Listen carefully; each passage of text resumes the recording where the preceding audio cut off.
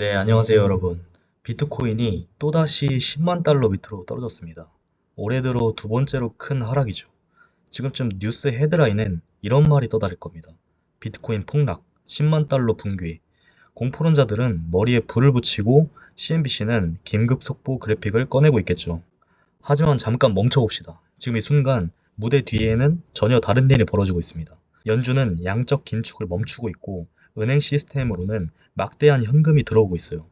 중국은 또 한 번 지준율을 내리며 돈을 풀고 있고 스테이블 코인 발행 속도는 커피 머신보다 빠릅니다. 유동성, 즉 돈의 흐름은 비트코인의 산소예요. 그리고 지금 그 산소가 점점 진해지고 있습니다. 그러니까 비트코인의 일시적 하락을 슬퍼하기 전에 기억하십시오. 지금까지 돈이 풀릴 때마다 비트코인은 무덤이 아니라 출발선에 서 있었어요. 근데 오늘은 그 유동성의 파도, 즉 새로운 자금이 어떻게 비트코인을 밀어 올리는지 그 과정을 하나씩 풀어볼 겁니다. 현재 연준은 긴축을 멈추고 시장은 다시 돈의 흐름을 받아들이고 있습니다. 이건 단순한 일시적 변화가 아닙니다. 새로운 사이클의 시작 신호라고 말해도 과언이 아니죠. 지금 돈이 흘러나오는 세 가지 핵심 통로가 있습니다. 첫째로 연준이 있습니다. 이달부터 채권 축소를 멈추고 단기 자금 시장에 있던 수조 달러가 은행 계좌로 흘러갑니다. 그 돈이 위험자산, 즉 비트코인으로 향하게 되죠. 둘째, 은행이 있어요. 규제 완화로 대형 은행들이 다시 레버리지를 쓸 수 있게 됐습니다. 이들이 운영할 수 있는 새 자금은 약 1,800억 달러 규모예요. 수익률이 높은 자산을 찾을 때 비트코인은 항상 그들의 레이더에 있습니다. 셋째로 중국입니다. 지준율을 낮추며 또 한 번의 유동성 완화를 시작했죠.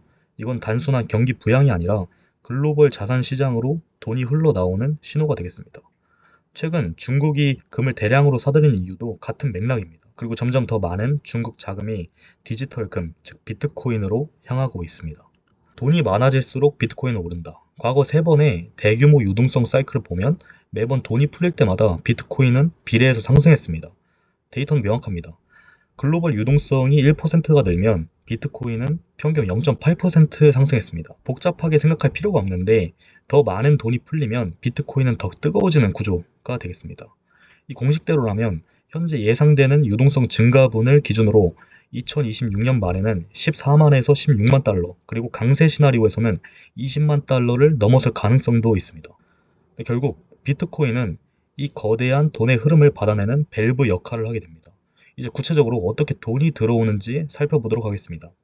연준이 긴축을 멈추고 은행은 규제를 완화하며 중국은 돈을 풀고 있습니다.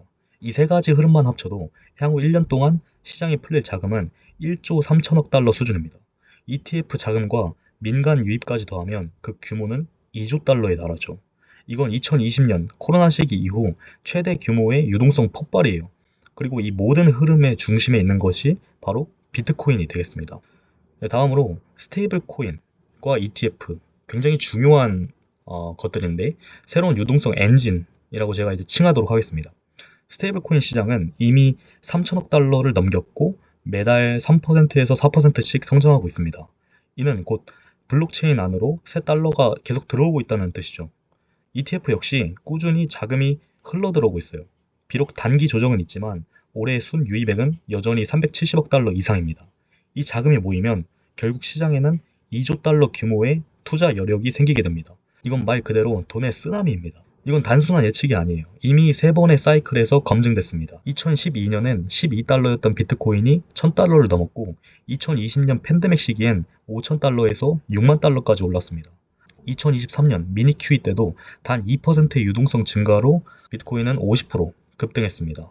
결국 공식은 하나인데 돈이 풀리면 비트코인은 오른다. 자, 앞으로 세 가지 시나리오를 봅시다. 기본 시나리오 같은 경우는 1.3조 달러의 유입으로 비트코인은 약 14만 5천 달러를 예상을 하고, 만약에 시장이 강세인 강세 시나리오 같은 경우는 은행 자금과 ETF 유입이 본격화되면 19만에서 22만 달러를 예상하고 있습니다. 만약 초강세 시나리오다 라고 하면 만약 2조 달러 이상이 풀리고 경기 둔화로 연준이 다시 돈을 찍기 시작한다면 25만 달러 돌파도 가능하다고 판단합니다. ETF는 점화 스위치, 스테이블 코인은 연료, 은행 자금은 애프터 버너입니다. 이 셋이 동시에 작동하면 상승은 필연이 되겠습니다. 이 밖에도 이제 변수와 리스크 또한 존재하는데 이로써 이제 위험도 있습니다. 달러 강세, 미국채 공급 과잉, 혹은 예기치 못한 지정학적 사건 같은 변수요. 하지만 아이러니하게도 이런 충격들이 결국 중앙은행의 대응을 불러오고 그건 다시 더 많은 유동성 공급으로 이어질 거예요. 즉, 비트코인에게는 오히려 역설적 호재가 되는 셈이죠. 매주 체크해야 될 것에 대해서 알려드리도록 하겠습니다. 매주 체크해야 될 거는 이제 몇 가지밖에 없어요. 연준의 대차 대조표, RRP 잔액, 스테이블 코인 총량, ETF 순 유입액. 이렇게 이제 네 가지가 상승이라면 시장은 이미 다시 살아나고 있는 겁니다. 결국 비트코인은 유동성의 자식이에요. 공급은 고정돼 있고 돈이 풀릴수록 희소성은 높아집니다.